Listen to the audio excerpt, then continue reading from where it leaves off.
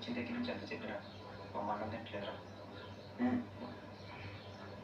మహారాణిలో చూసుకోవాల్సిన అమ్మని ఇలా వస్తువుతో శివ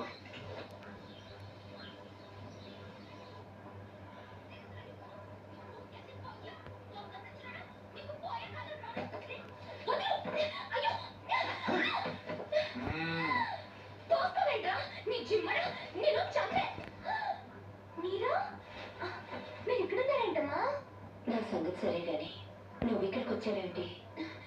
ఈ ఛత్రపతి నా అప్పడాల కొట్టుని కబ్జా చేయాలని ప్లాన్ చేశాడమ్మా.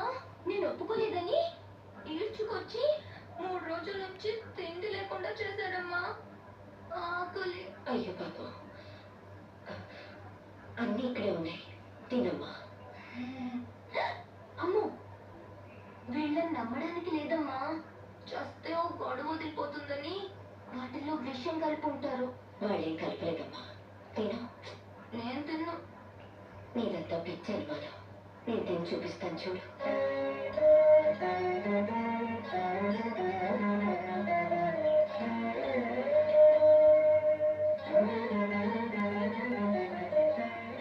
ఏం కాలేదు కదమ్మా, బాగానే ఉంది, తిను. ఆ సాంబార్లో కడతారేమో.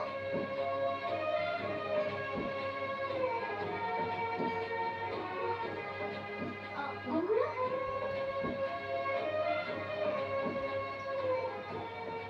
దీంట్లోనూ ఏం లేదమ్మా. పొన్నకాయ కూర, ఉలవచారు, ఆకాయ, పెరుగు. అది లేకపోతే ముద్ద దిగదు. పాయసం చాలా. ఈ ఛత్రపతి అమ్మ కడుపు సల్లగుండా.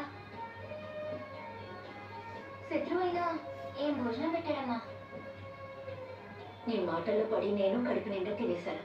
ఈ పద్ధతే కరెక్ట్ అండి. మనం భయపెడితే వాళ్ళు తెగ బెదిరించేస్తారు. శుభ్రంగా 3 పూట్ల వెక్కేసుకొచ్చిందాం. మనల్ని మేపలేక వాళ్ళే వదిలేస్తారు. ఏమంటారు? ఇవ్వండి.